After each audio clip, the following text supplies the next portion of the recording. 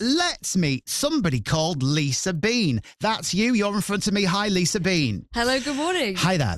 Lisa Bean is the Northern entrepreneur and business mindset specialist who tells the truth about what building a business really feels like, with plenty of humor along the way.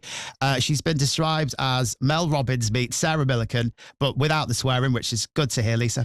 And you've even been described as a posh Northern Ellen DeGeneres. Yeah, how about that? These descriptions are amazing.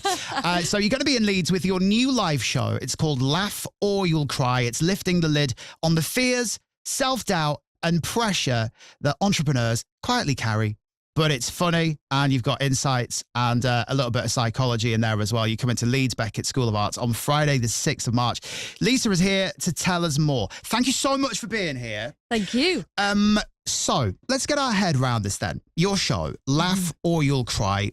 What is it? Is it a TED Talk? Do we sit there? Do we take notes? Or are we there for the lols? What's happening? Definitely there for the lols. You're there to feel better as an entrepreneur, because I think business is awful and I think everybody fibs and tells you it's so easy, you can do it, but it's really hard work. So you're going to come, you're going to have a laugh. I think there might even be some tears. I think when people release like the pain and things that they've been through. So if it was a TED Talk, it's a very long TED Talk. It's 2 full hours and it's dark. So you'll struggle to take notes, although I know people have done that. Okay, when you say it's dark, the lighting. It's not a dark show.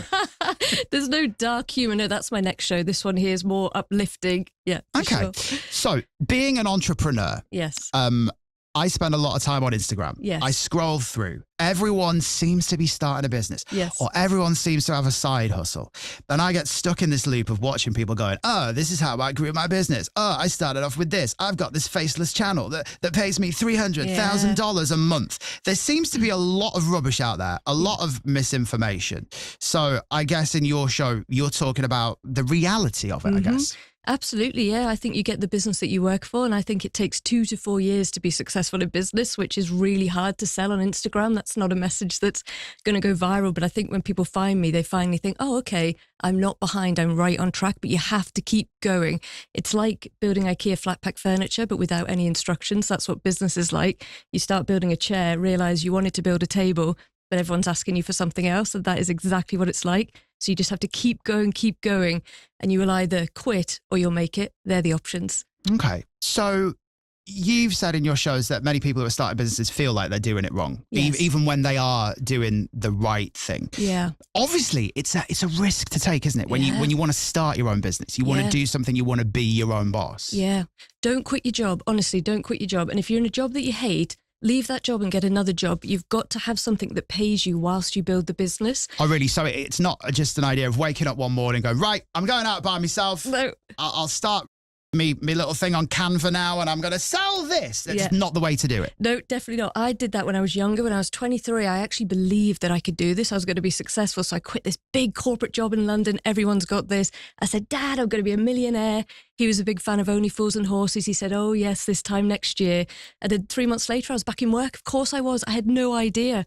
So there's loads of things you've got to learn. And I think there's a lot to be said for getting around other entrepreneurs. And Leeds has got an amazing business community.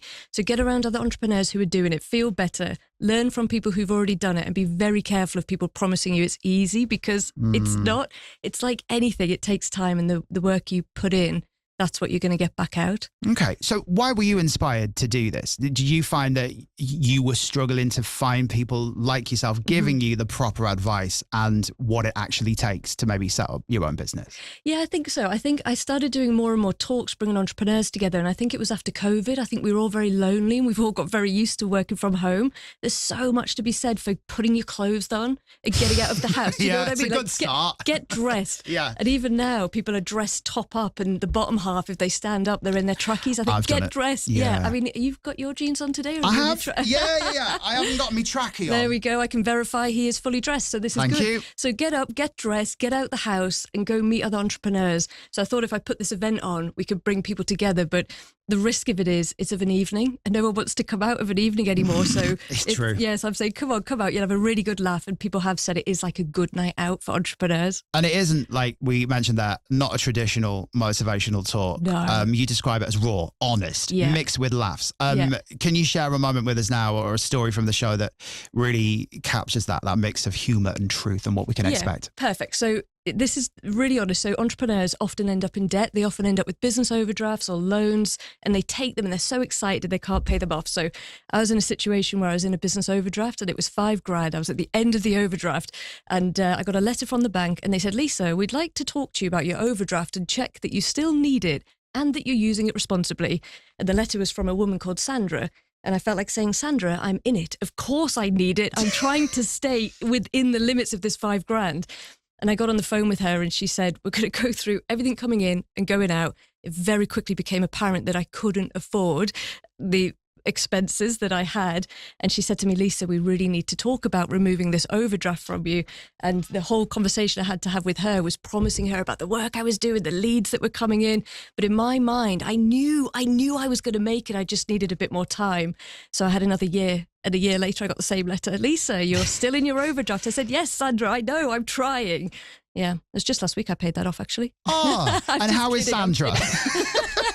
Sandra has left the bank. I think I was her worst conversation ever. Yeah, I get it. So this show as well, you're also involving Leeds Beckett students behind the scenes. What's going on there? Yeah, Leeds Beckett University is amazing. There's a guy there called Richard Whitehead who a lot of entrepreneurs know, and he runs a program called the Knowledge Exchange, and he's all about bringing entrepreneurs and students in the university together.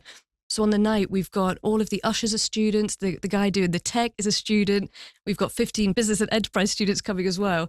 So involving the students is either going to be the best decision I've ever made or the worst. Okay. And we have to wait till the night to find out. Cool. So the show is Laugh or You'll Cry. Yes. This is going to be at the Leeds Beckett School of Arts on Friday, 6th of March. If people want to go, what's the best way to get in touch and find out more? So if they just search Laugh or You'll Cry show, you'll find it. It's on Eventbrite. Book a ticket. Come by yourself. It's a really friendly community. You'll be welcome, or come with family and friends and you'll have a really good laugh. Okay. We look forward to it. Thank you so much for being with us today.